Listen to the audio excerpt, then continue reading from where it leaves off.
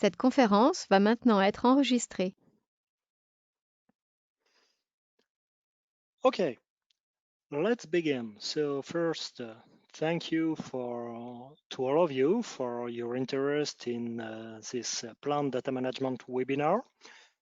I'm Cyril Pommier. I'm going to present it with the help of my colleague Célia Michotet, who has been highly involved in building all of this, as well as a lot of other people. So what we are going to see today is first a general overview of plant phenotyping standards. Why do we need them? Who are building them? And what is available? Then we will dive in details on MIAPPE and how it can be applied to crop and forest use cases. We will then have a first question sessions.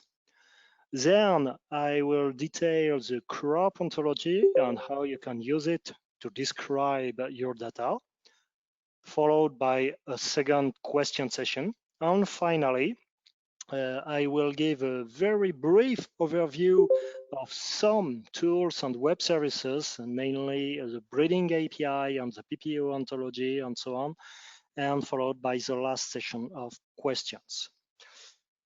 Please shut down your camera, turn off your microphone. If you've got questions, you can put them in the chat while I'm talking. If they are straightforward, Celia will be able to give you a quick answer. If it needs more time to answer to your questions, Celia and I will answer you during the question sessions. So, plant phenotyping standards, why? First, the obvious thing is to enable anyone to reuse it, and that's including yourself. You know that when going back to your own experiment, even 2 or 3 years after doing them, you might wonder what exactly you've been doing. Therefore, you need to describe your experimentation, your data, with all the necessary metadata about this experiment.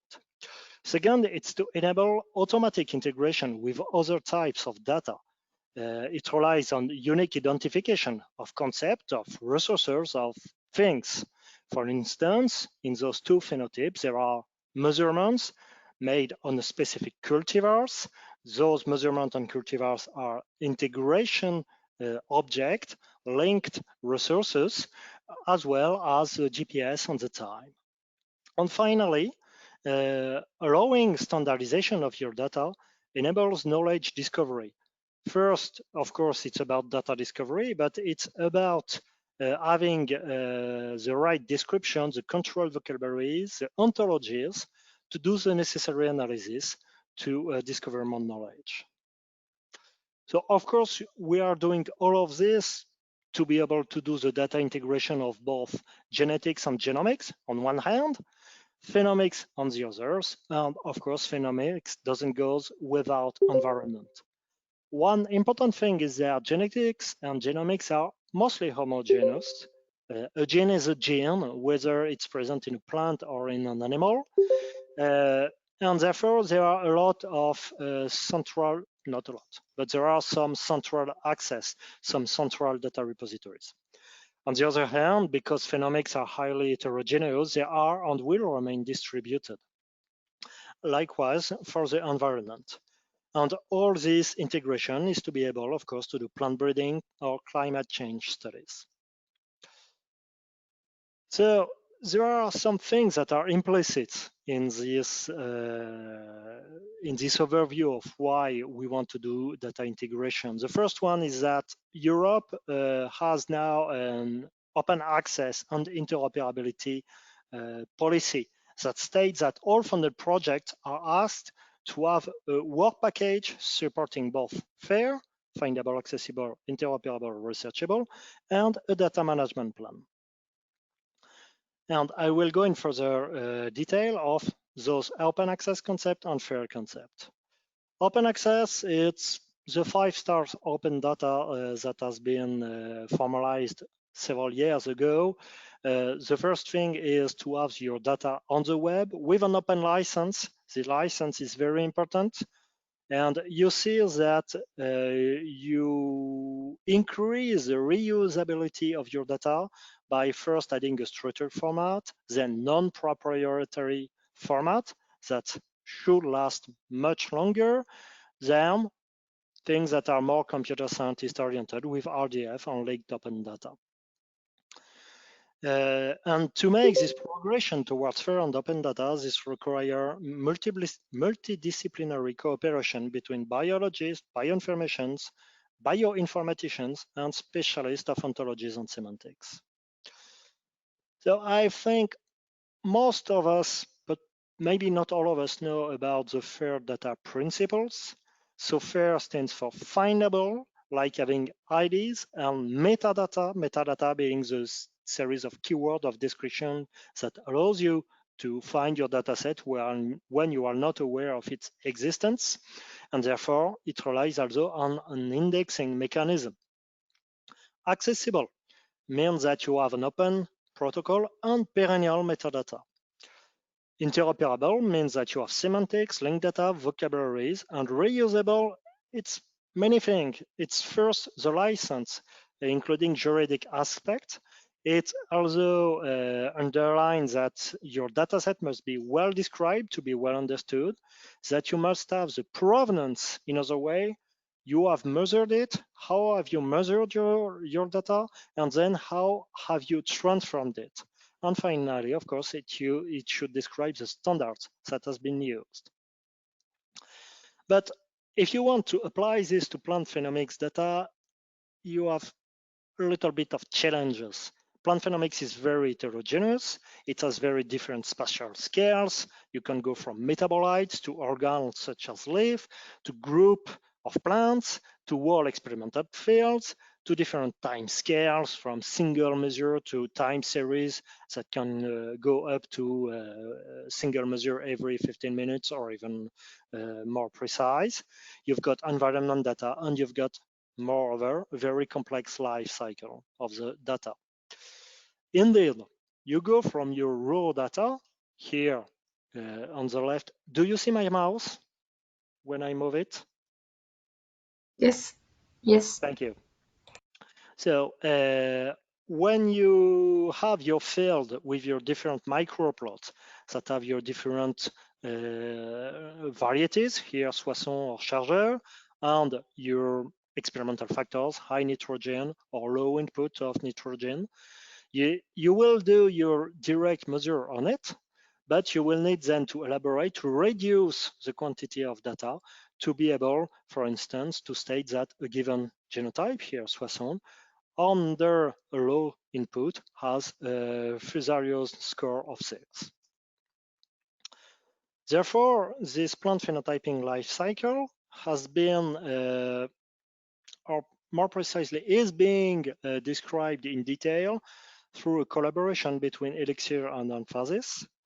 And it underlines that you've got 3 different steps. First, the data acquisition that must take care of the traceability of the way the raw measures have been made. This data acquisition includes the data cleaning. It is the domain of platform information system, such as Emphasis information system, FIS, etc.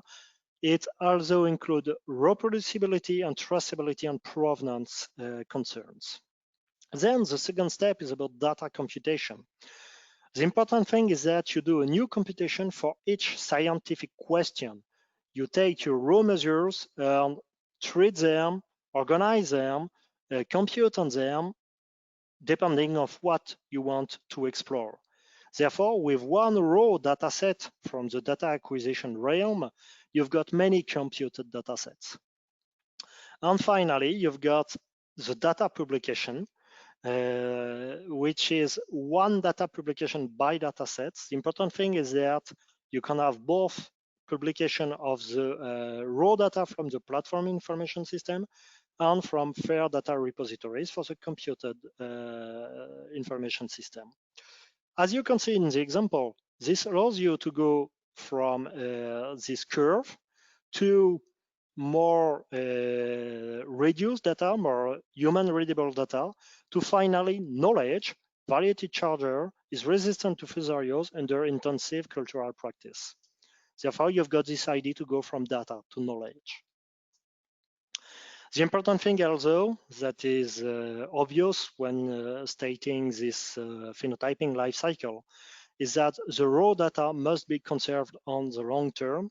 And that can be challenging because within the raw data, there are also images. Therefore, we must be able to cope with storing terabytes or even petabytes of data over decades. So the challenge of phenomic data from a FAIR perspective is for findability to have a distributed model. There is no central phenomics data archive. Again, I really wish to underline this. This also means that we need agreed or compatible IDs on metadata policy for phenotyping data. Accessible must take care of the complex life cycle on the different type of data and the data management plan, DMP meaning data management plan. Interoperability, we must have compatible standards, and we've got issues, important one in relation with big data, going from images to scalars to numeric value, then finally to knowledge is challenging. And reusability is to make sure that the different silos of metadata definition, the genotype, the environment, the cultural practices, are linked, that you can do the necessary integration to reuse it. And once again, the challenge is that the provenance is really complex here. So after this quick overview of why we need it, who tried to standardize plant phenotyping data?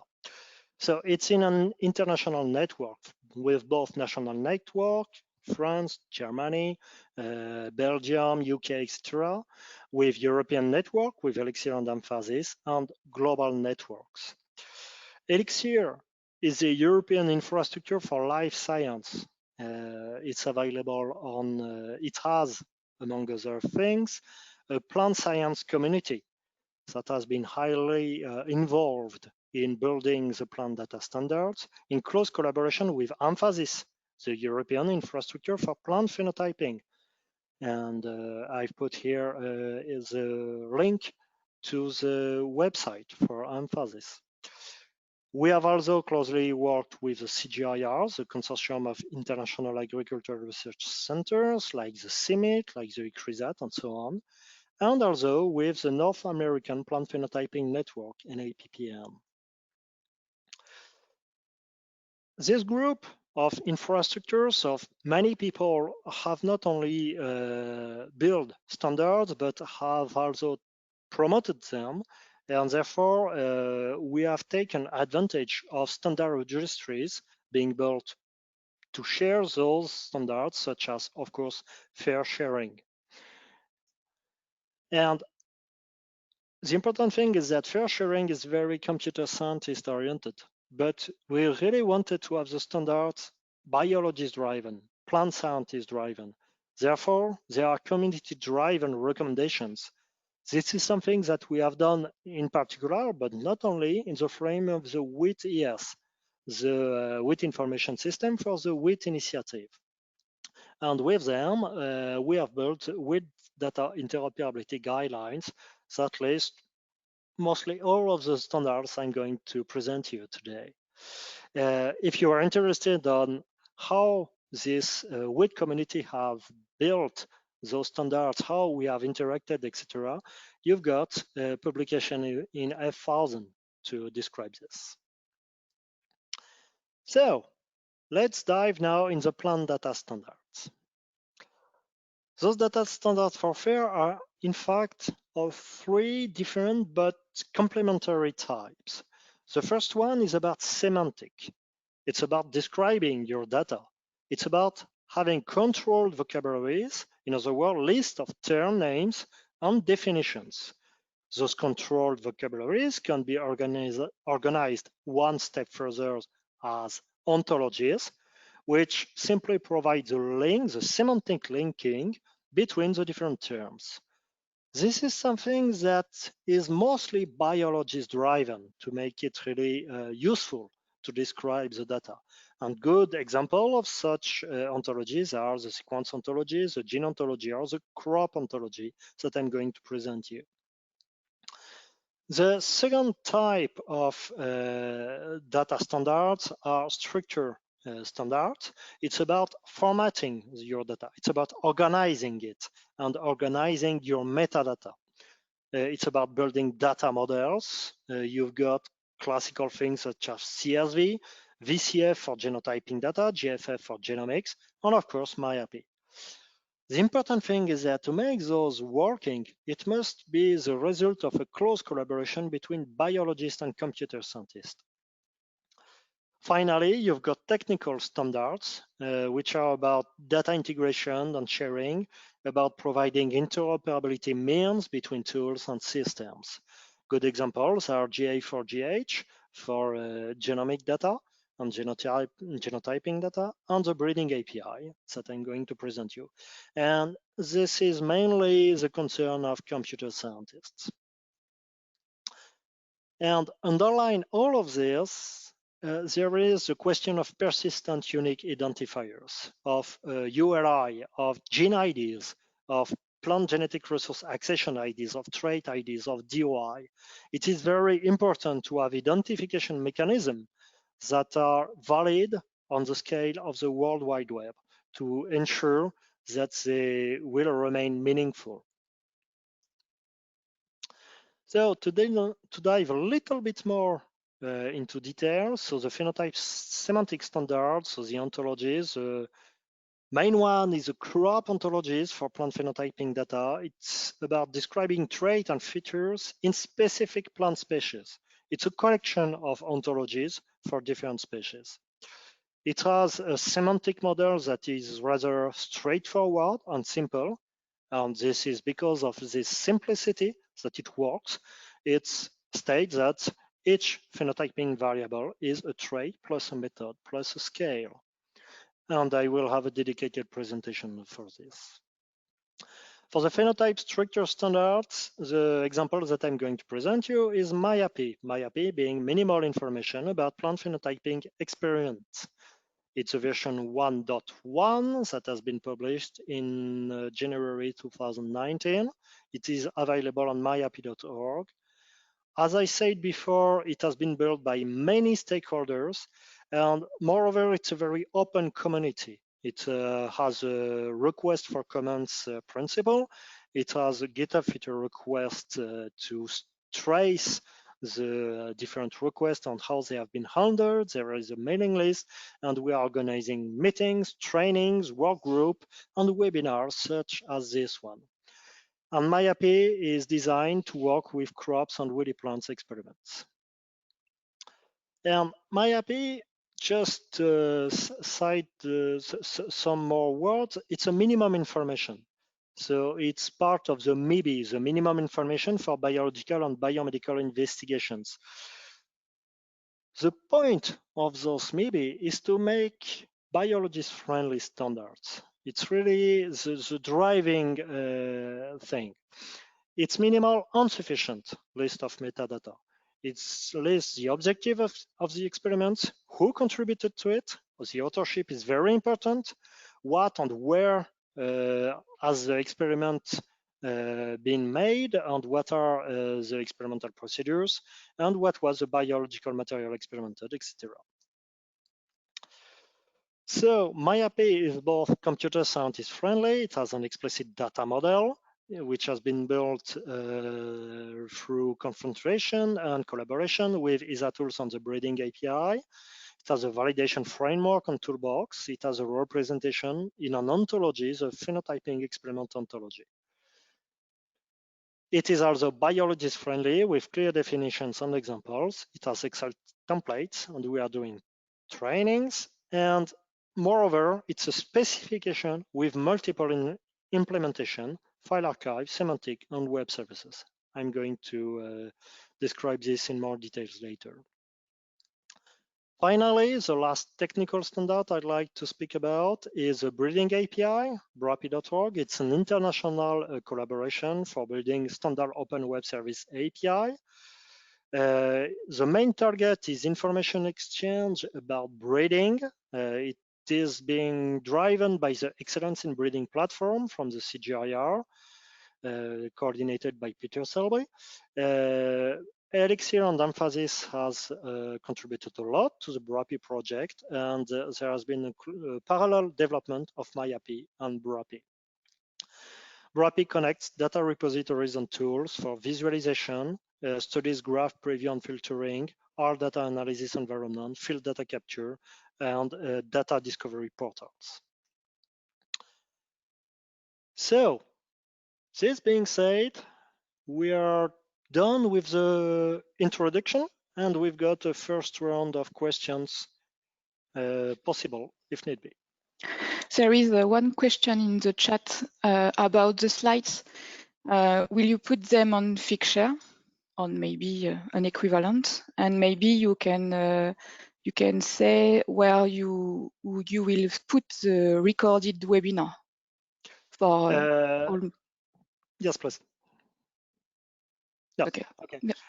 Yeah. Yes, it will be shared. I don't know yet exactly where, probably on how. So anyway, we will send you through the mail that you have provided us the link both to the recording and to the slides.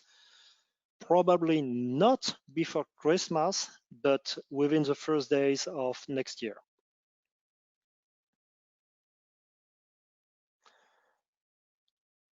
So apparently there is no other question, and therefore I propose that we move on to the next part of the presentation, which is overview and, well, in fact, detailed view of the minimum information about a plant phenotyping experiment. Most of what I'm going to present you has been taken from the last paper of MIAPPE, published in the New Phytologist. I've put only the link to the last one, but in fact, I should have mentioned the two other ones that were published before. They are anyway all listed on the MIAPPE.org website. So MIAPPE is about capturing information about phenotyping experiments. And through the course of this presentation, I will use two examples to illustrate how MIAPPE is used both for maize with the Emily Millet and al. Dataset available at this DOI, and through a popular dataset, Monclus and al. Available at this other DOI. The first one is a multi-site experiment network with 20 fields across Europe. Second one is a multi-year experiment over 3 orchards over Europe. So when we look at the material and method or the general description of each of those data sets, you find this type of text that gives the general outline of your experiment. You know that you've got for the millet and all a panel of maize hybrids grown with 2 water regimes. You have the information on the location. You know that the statistical design includes 3 repetitions. You see that you've got extensive information on the environmental characterization, and you've got a quick description of the different traits that were measured. So that's good, but that's very difficult to search, and it needs much more organization, which is the whole purpose of MIAPPE. On the Monclus and all, you see that you've got 3 field trials located in France, UK, and Italy. You've got details on the biological material with more than 300 clones. You've got the description of your trials, your experiments, and the description of the different traits, such as leaf traits or circumference and stem height. Underlying this, you see that, for instance, for the monthly and whole, you've got 6 data files corresponding to all of your 3 fields over 2 years. And in each of those fields, of course, you've got several levels of organization with your world field here, and then your individual trees. Now, if you want to put this in MiAPPE, you rely on the ISA backbone. ISA stands for Investigation Study Assay. It's a standard that has been used for more than 10 years now for a lot of life science data, ranging from molecular, proteomics, metabolomics, expression data, etc. In our example, the investigation, the eye of ISA, is your world dataset. Each of the study is one experiment in one location for 1 to several years. And finally, your assay is one level of observation with a description of your observation variable, of your phenotyping variable, through the trait method scale approach. The level is the object that you have been measuring. It can be a plant, a microplot, a block, or your whole trial, your whole experiment, your whole field. About the content of the data file. After a lot of discussion, we have decided not to include the format of the data file inside the standard. Indeed, plant phenotyping is very heterogeneous and very creative, and it was very important to be able to cope with almost any format. For instance, to be able to store near-infrared spectrum, NIRS, to store images, to store link to image archives references, etc. But most of the time, when you deal with computed data, it's mostly tabular, such as the example I have put right below, and that is taken from Moncler. And the idea is that MIAPPE provides metadata on each of the columns either on the accession number, trial site, campaign, circumference 1, etc. And I'm going to detail this now. So, for the detail, the investigation are research programs with defined aim. They exist at various scales, grant-funded programs, and within grant-funded program, of course, you can have several investigations. The important thing, as I already said, is that one investigation holds one to many studies. And the metadata at this level are very simple, as they are similar to archive depositions. They include DOI, they include title, general description, associated publications, list of authors and their roles, etc. And for some example, for the maize dataset, the investigation is a whole set of multilocal and pluriannual phenotyping experiment. And it is the same for the poplar dataset.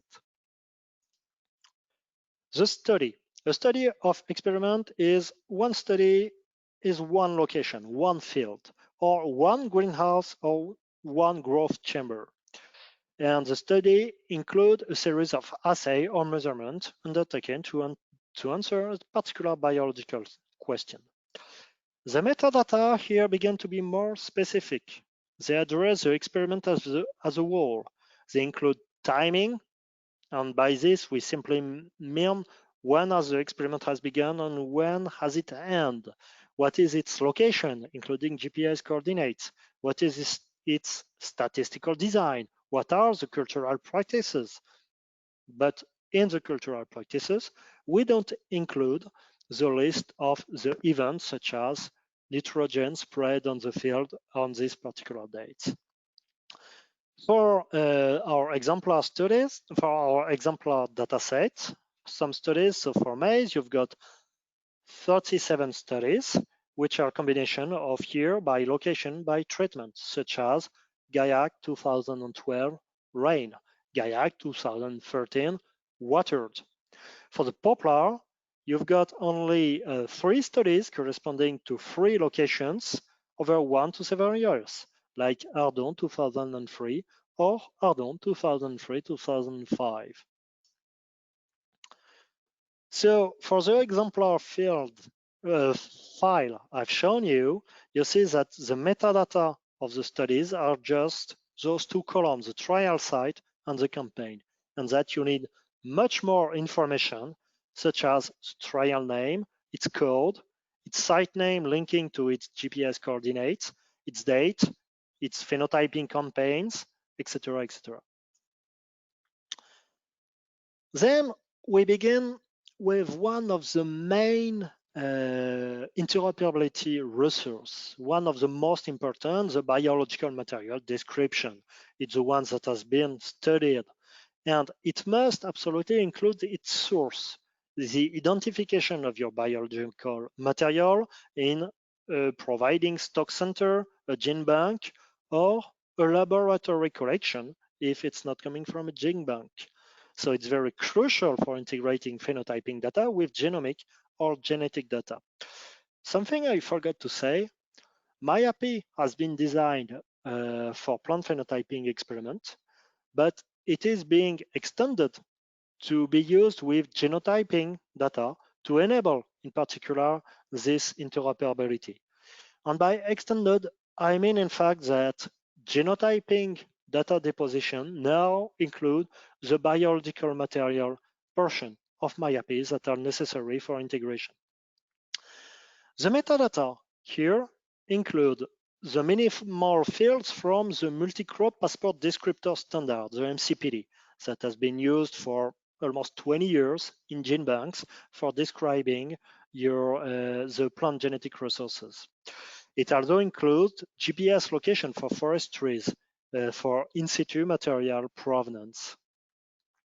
So you have the source of the material you have used, the accession number, then the biological material used in the study, the seed lot, the cuttings, etc.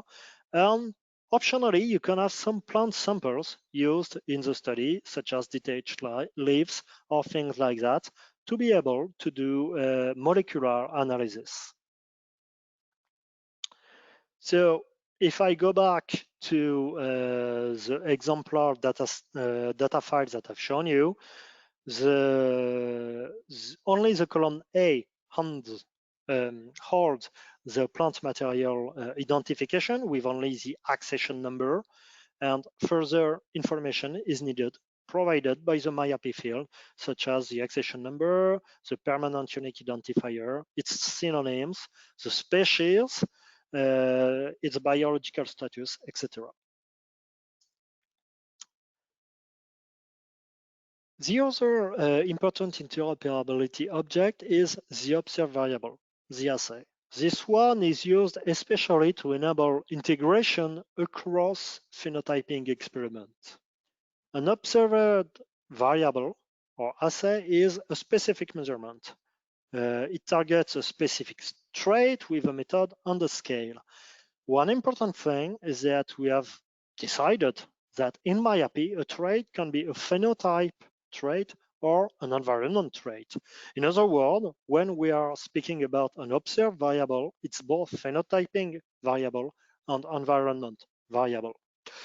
The metadata are mostly copy-paste from the crop ontology trait dictionary because, once again, it's proven and it works, and we don't want to create yet another standard. So it's trait method scale, and I will detail this very extensively towards the end of this presentation. So as an example, in each study of the millet and all maize example, you've got at the plant level 20 variables that have been recorded. At the genotype study level, 19 variables, including both phenotype and environment variable. And at the plot level, 9 variables. You can have, for instance, female flowering days to silking in degree day, plant height, and I forgot to put one environment, but there is temperature at night, cumulative from flowering. And in fact, it's here in that example. Sorry. So in our file example, you see that in fact the assays, the variables are all of the other columns. The circum1 tree circumference at 1 year is the first one, the height one is the second one, etc. So to carry on with the MIAPPE main sections, the next one are the observation unit and the samples. The observations units are the object in the study. They are the scientific object of fields. They are the object on which the observations, the measures are made. They are also the object on which the treatments are applied, and they are also used for environmental variables. The metadata of observation units are very specific to MIAPPE. They include identifiers, location, replication or blocking information, and treatments. On another hand, the sample is a portion of plant tissue extracted from an observation unit. Therefore, those are two different concepts. They are allowing to do subplant observations and/or molecular studies. And the metadata here include identifiers and information about the sample processing. So, sorry. If we get back to our Monclus example, we see that in each of our fields, we've got a series of trees. Your field is one observation unit because you can have observations, environmental measure, for instance, at the level of the whole field. And each of those white dots is one tree on which you can do other observation. And finally, you can cut some leaves from those trees to have your set of sample to do your molecular analysis. So to finish this overview, there are a few other important sections. The first one being the environment, then the events, and finally the experimental factors.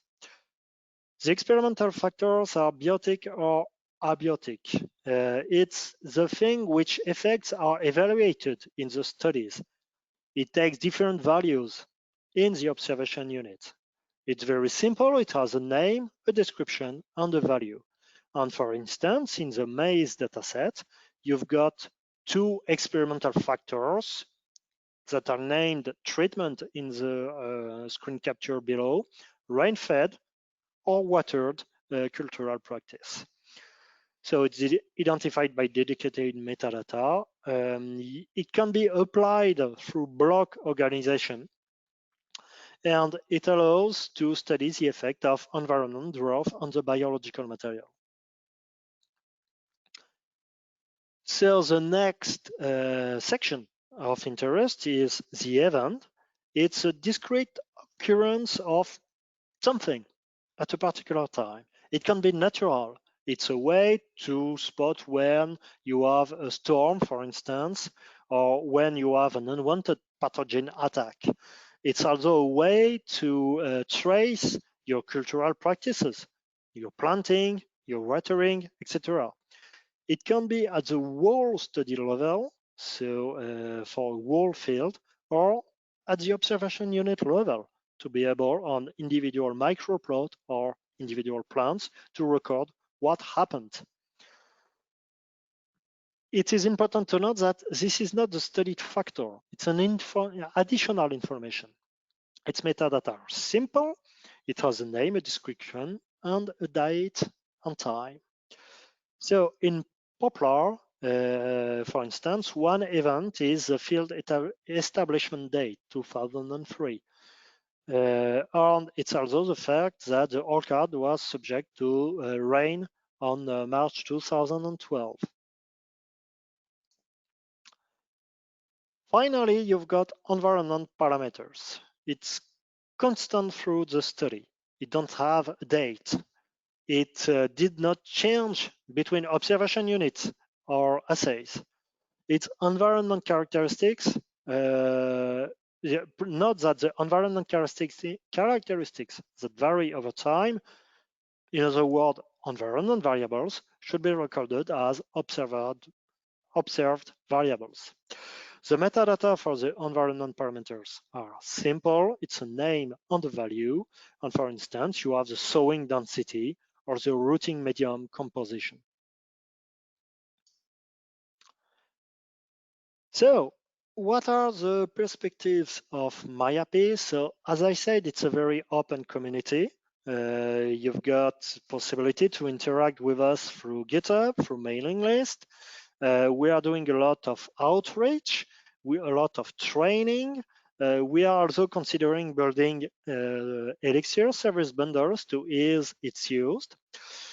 For the past year, we have been mainly focused on the training and outreach activities, but we should resume the backlog of things we would like to improve in MIAPPE for an upcoming MIAPPE version 2. This next MIAPPE version will not include breaking change, as this is very important for us, but addition. For instance, it will allow to handle complex provenance, such as the one that is being sketched here, in which you see that one file environmental variables combined with the grain yield file allows to produce a third one, or to be able to handle long-term experiment or things like that. So after this other very dense in information session, let's go for another round of questions, if any.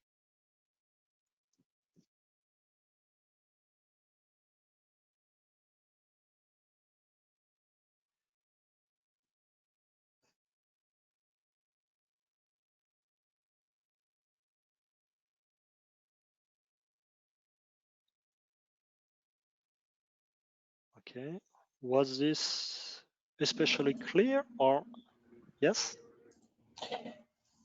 So I would have one. I was wondering, so you mentioned that you focused on what I would consider as metadata. You didn't cover much of the contents of the data files, if I got it correctly. Mm-hmm. So because to me, those data are actually important as much as the others in many cases. I was wondering if which kind of approaches you would suggest to try to cover them as well and in a general unified way.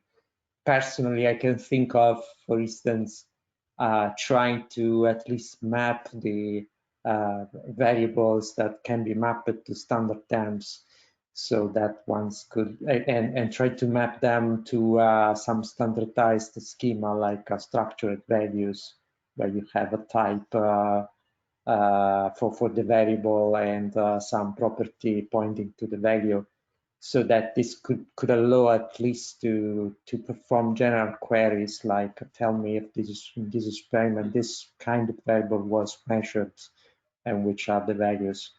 But maybe you have other ideas on that if you wanted to tackle that problem as well.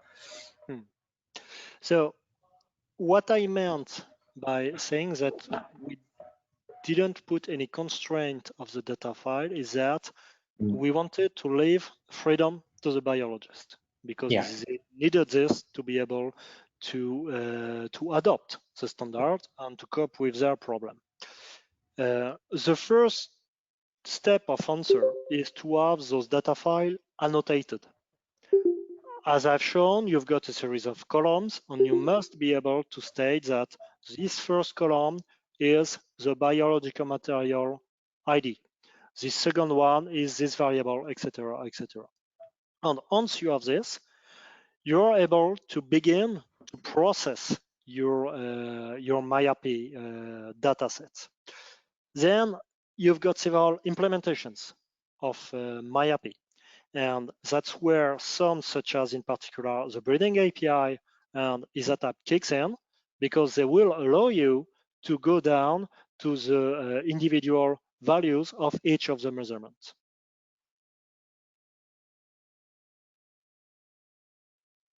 Thanks. Okay.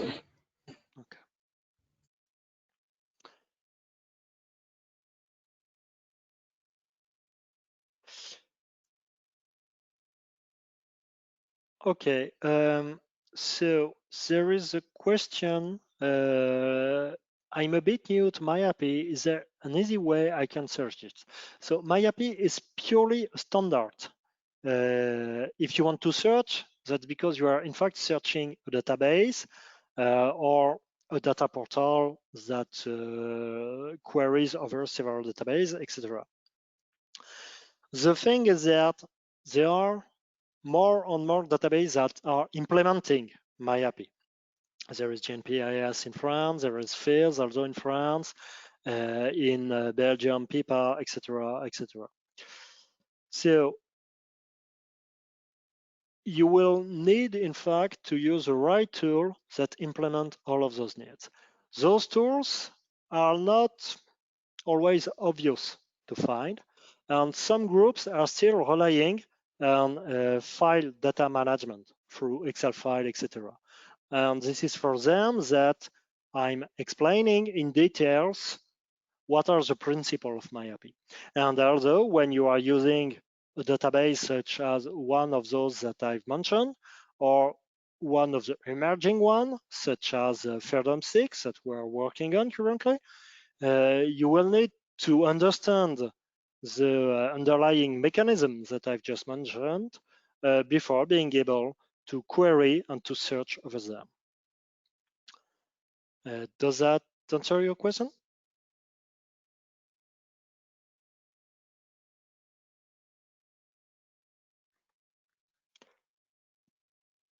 Okay.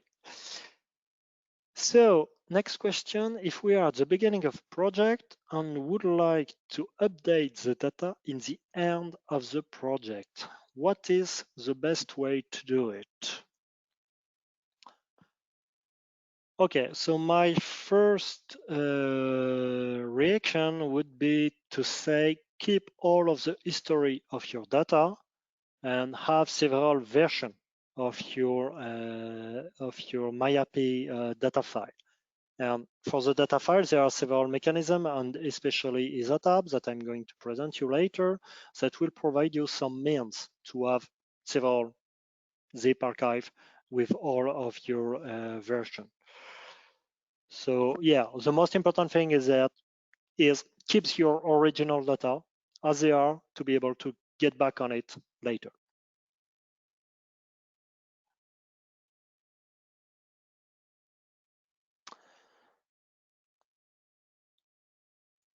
Is there any other question?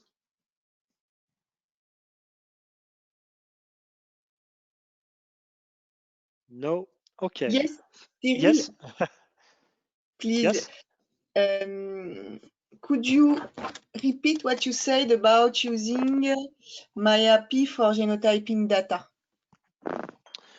So very quickly, what is being done right now is that within Elixir, we are closely working with the EBI databases to add in the EBI checklist the MIAPPE fields of the biological material session to be sure that the descriptors of the plant accession are correctly recorded in the EBI databases, and therefore that you can easily know which biosample at EBI is coming from the same accession as you, as the one that you are using.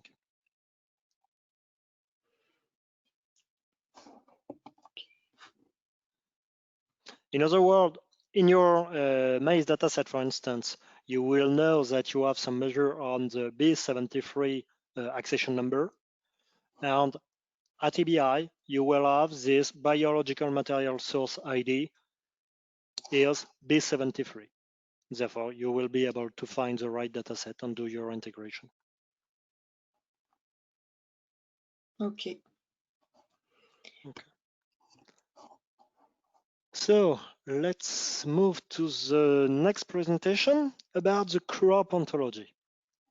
So the context, the importance is the need is to be able to have controlled vocabularies and ontologies for data annotation and fairness. The important thing is that those controlled vocabularies are built by communities, by rather focused communities. This allows to respect crop specificities of each of those communities. This is why the crop ontology is more a collection of crop-specific ontologies rather than one single big ontology serving the needs of any plant. You've got here a quick glimpse of the currently available crop ontologies. The answer to that need is the development of a standard to build ontologies to annotate phenotypes, so the crop ontology. The crop-specific vocabularies are established by communities, as I said, and there are currently 31 ontologies crop-specific available. So the principle of the crop ontology is one phenotyping variable, such as here the circumference, the height, the survival of your plants, which are the column headers of your data file. So each of those variables have minimal identification. So your variable ID, its name, its synonyms, language, crop, and some additional non-mandatory fields. Then your variable must state on which trait it is measured. So here you see that circ is the circumference of the tree, HT is the total height of the tree, and the survival state of the tree is SIR. The method is how you have measured it, whether with it is a breast height or how it has been measured from soil to crown, or whether it is a visual assessment with a scoring scale, this kind of things. And finally, you've got the scale, which can be international system units, centimeters, millimeters, etc., or scoring scales such as 0 alive, 1 dead, 2 doubtful. What I would like to add is this trait method scale works well when you've got your height, plant height, with several methods. It can be also applied to high throughput phenotyping, such as here, the highest pixel corresponding to a plant. And you can have, therefore, units that are international system, but that are also odd things, such as pixel, for instance. But from this slide, courtesy of Lawrence Cabrera from Phenom, what I want to show you here is that we need specific ontologies and controlled vocabularies, but we are facing the problem that there is a near infinite number of combinations. Once again, plant phenotyping experts are very creative, and we've got a little bit of contradiction between the need of building controlled vocabularies and this near infinite number of combinations. But happily, we've got solutions to answer to this. For this, we can use MiAPPE for minimal variable description. In your data set, you can have those trait method scale described in an ad hoc manner, specific of your dataset, and only optionally referencing an existing crop ontology. The only thing that I'd like to underline is the need to focus on the trait, to at least have the trait referencing reference crop ontology to ensure its reusability. The other thing is how we can do variable annotation the idea here is that we've got in a controlled vocabulary crop ontology that is correctly described, like the latent period, which has a very well-defined trait, which has a well-defined measurement method, which has a well-defined scale. Reusing this in your data file, here in that example on your left, and renaming it and having only under the hood a reference to the ID of the reference crop ontology here, CO357000220. This allows you to have two traits for the strains A and B. I'm sorry, I'm not going to repeat those names, pointing to the same resource, to the same variable from the crop ontology. Likewise, you can have the conquer lesion length here, which is well defined in your crop ontology, and that you are simply reusing in your data set here for two variables, conquer lesion length 1 and 2, for measuring the impact of bacterial conquer lesion 1 or 2 years after inoculation, but still referencing the variable in the crop ontology only once. Finally, there is another approach that allows to cope with this challenge of the number of variables in crop ontology. It's a trait decomposition to entity and attribute. The idea is that a trait like leaf area can be decomposed in one entity, your leaf, and your attribute, area.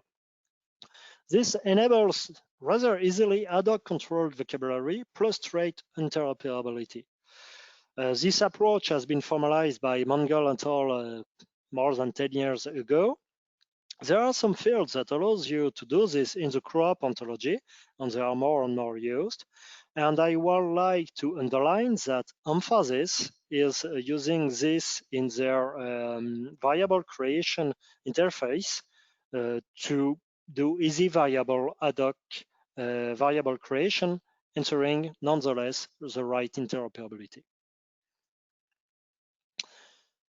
I would like now to give you a series of quick examples to give you a glimpse of what can be achieved using the crop ontology approach.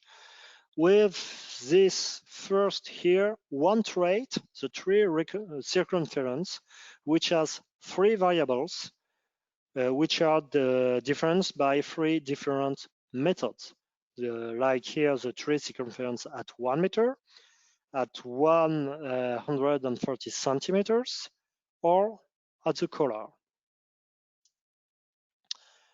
A second example here is the survival, which has different variable, which are once again which are this time differentiated only by the scale that they are using, with here a survival rate and here a notation scale, the ones that I've shown already in the example before.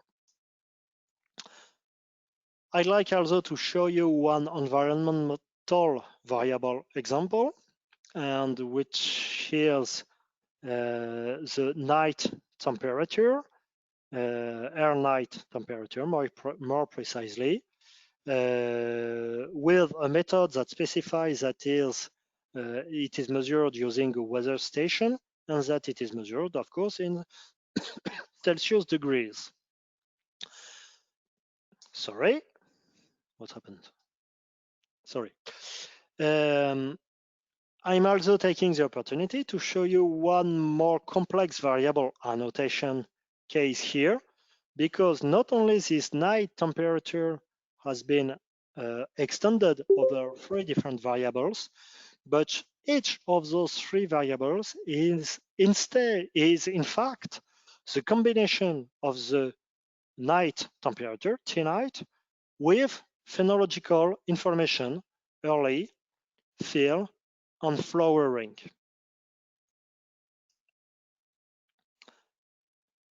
And finally, I would like to give you an extended example of an ad hoc variable created with MIAPPE phenotyping variable created in a dedicated set, which include a trait referencing the maize crop ontology CO322.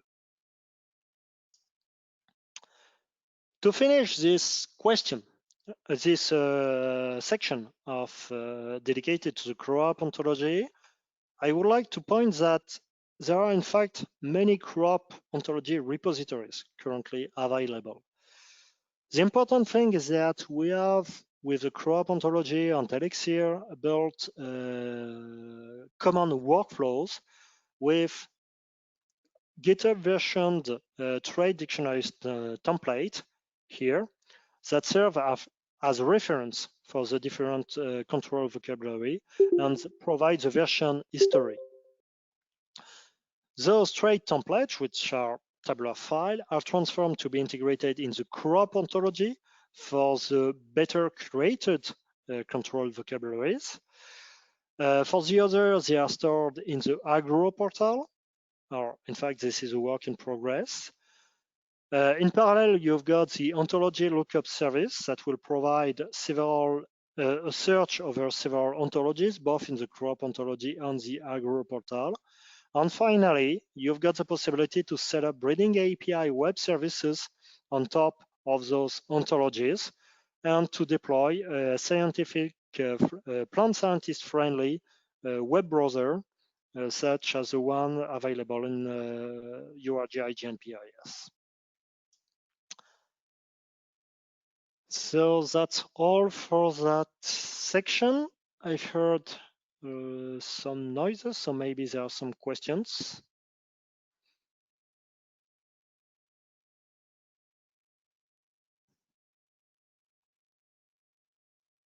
Or not. Was it perfectly clear, or so synthetic information that you need time to think about it?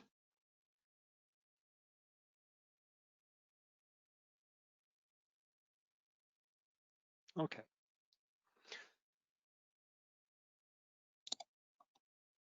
Hello. Yes. Question. It's not clear for me for the crop ontology about the environmental variable, because I believe that environmental variables are not in the crop ontology, but you said yes. And also you made the difference between observed variable and environmental variable. For example, for the flowering date, is it managed in the crop ontology? So the flowering date is indeed managed in the crop ontology. So environmental variable are observed variable, and they, as we have seen here in that example, it can perfectly be represented using the crop ontology standard. Some ontologies on the cropontology.org website currently include environmental variable. Celia, I don't remember if there are such variables in Woody. There are some, yes. Yeah, okay. So you've got observed variable for both environment and phenotype, and you were a little bit confused with the environmental variable example that I'm currently showing. That's it, Stephanie?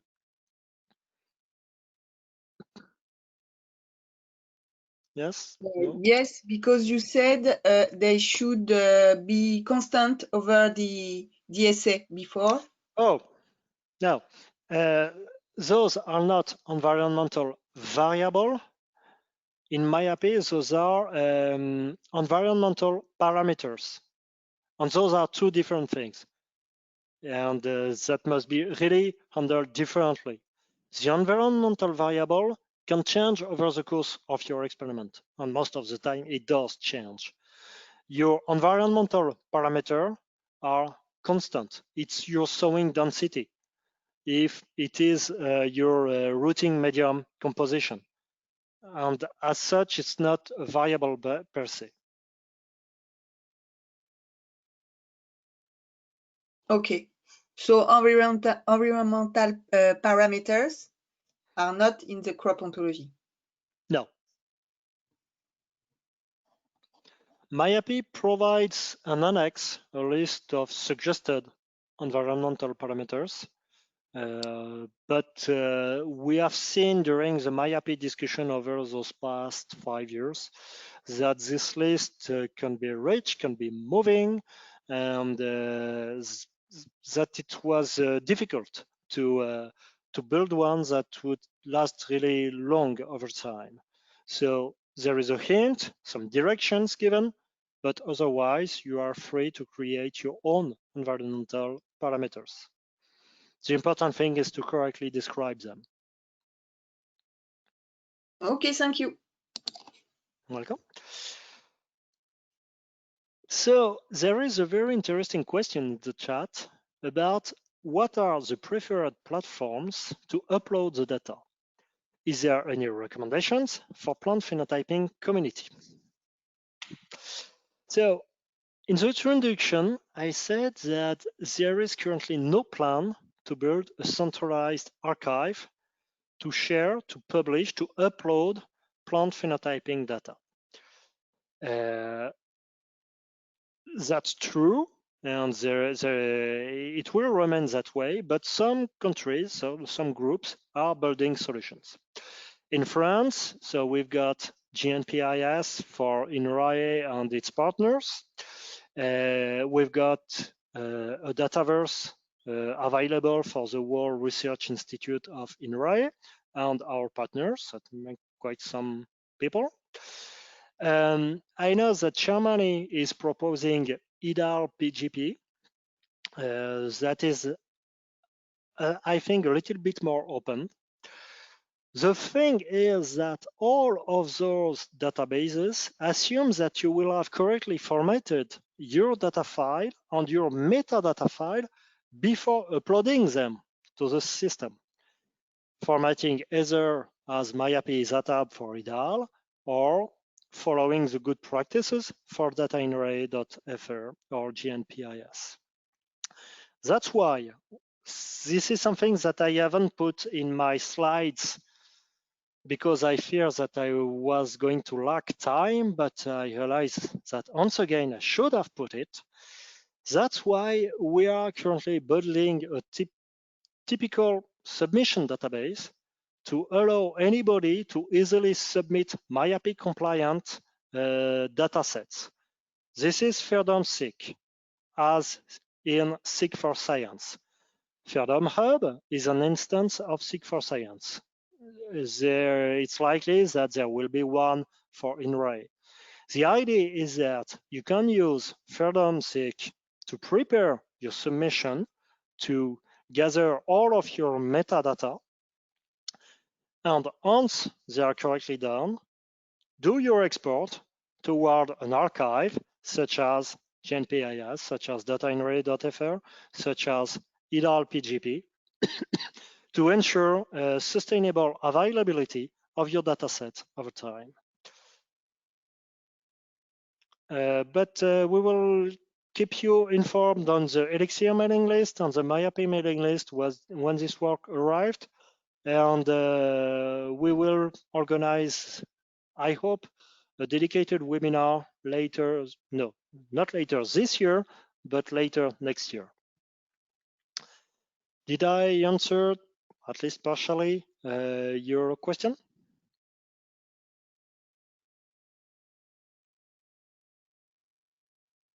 Okay.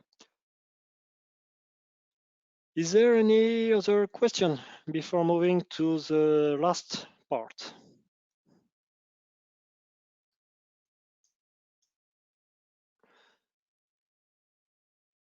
HTTP imaging data. Oh, high throughput phenotyping imaging data.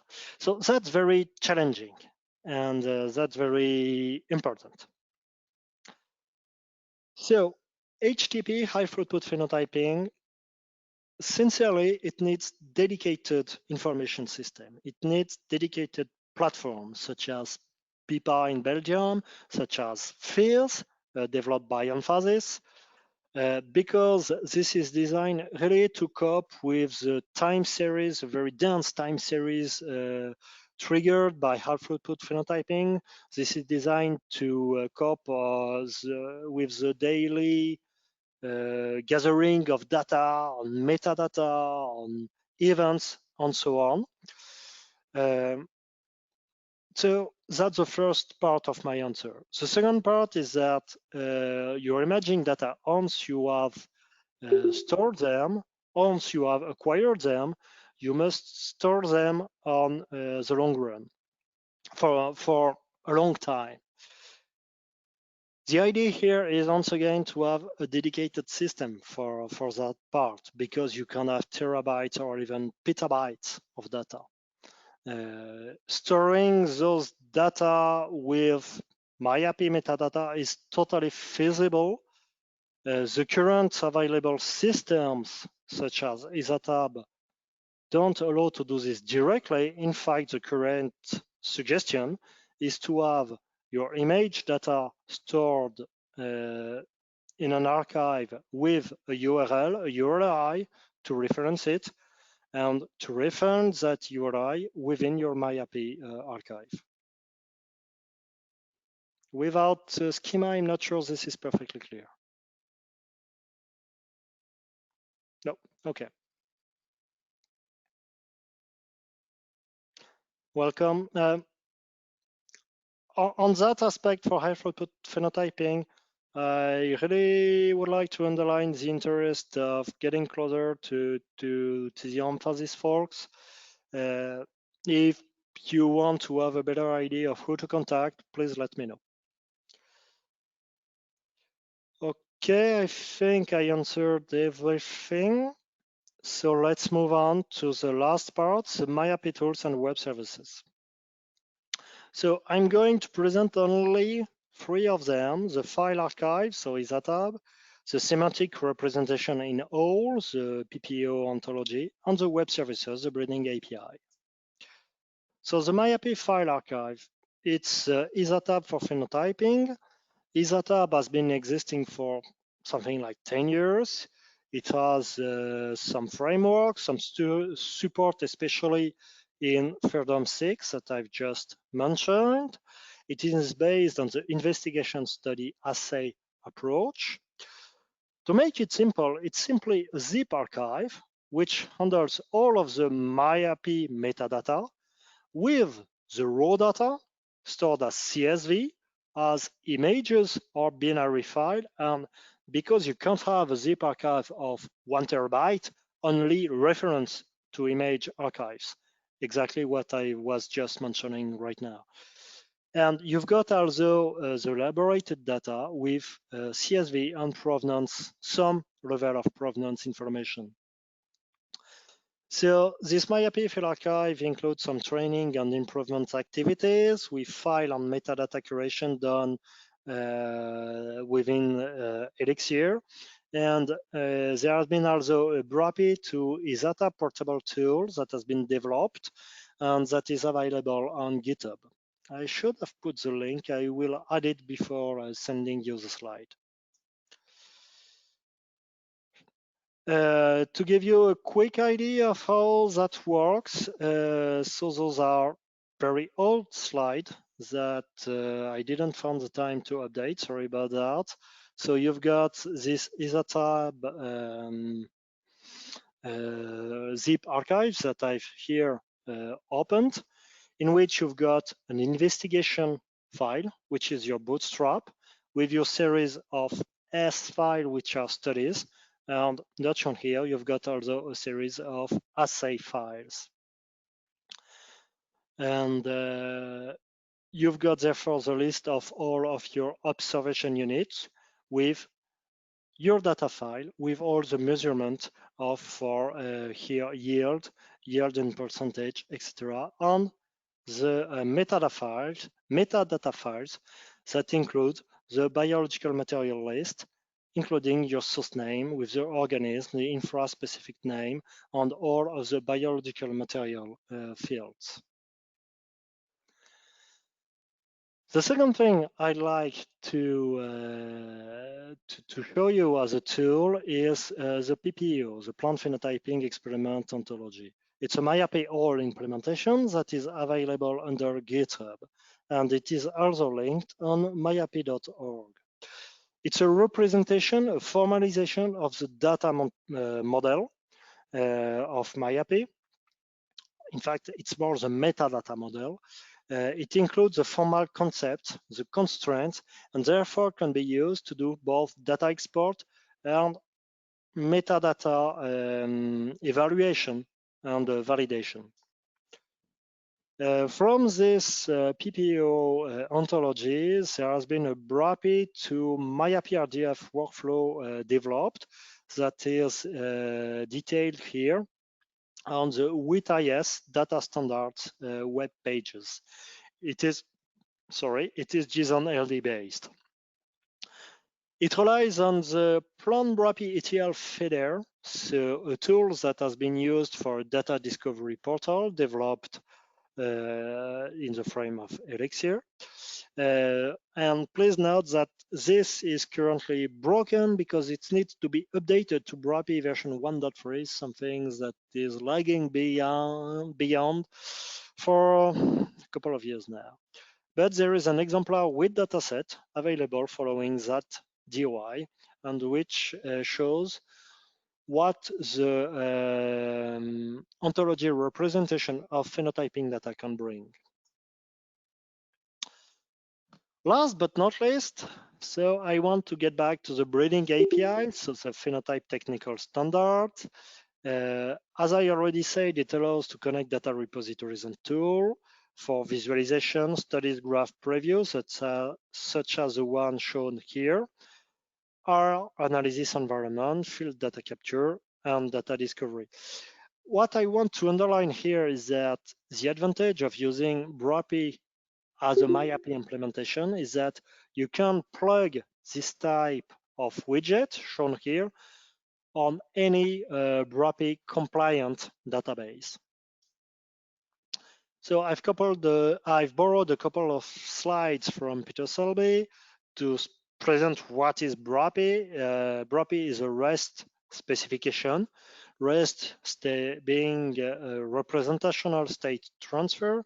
It's an architecture designed for creating web services, and it relies on URLs and using JSONs. BRAPI has defined a standard set of data model structures, and those data models are very important. And the good thing, of course, is that they are fully compliant with MIAPPE. And BRAPI is solely a technical specification, and therefore the database or software developers must implement this breeding API on their system. In other words, if you want your database to be MIAPPE compliant, the best course is ensuring that you are storing all of the MIAPPE metadata, and then to set up the BRAPI web services on top of your database. So as I said, the BRAPI data model is MIAPPE compliant with the MIAPPE investigation that corresponds to the BRAPI trial, the MIAPPE study to the BRAPI study.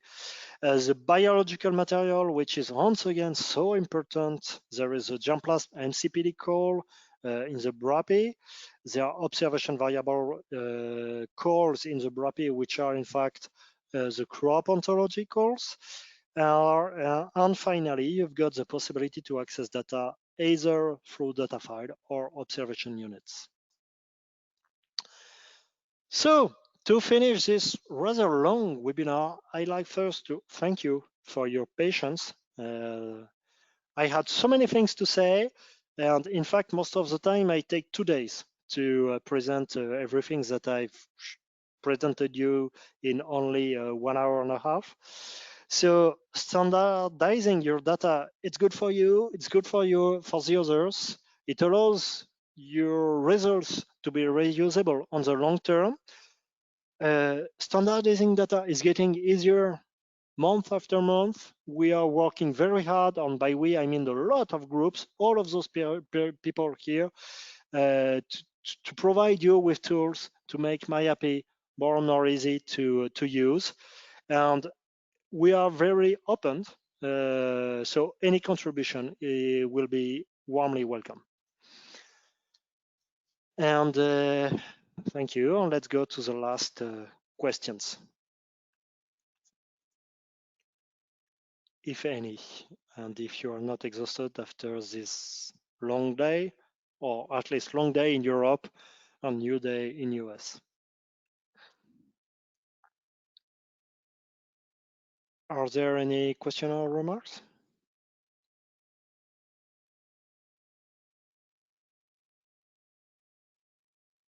No? Okay. So once again, thank you for your attention. Thanks again to all the MiAPPE contributors.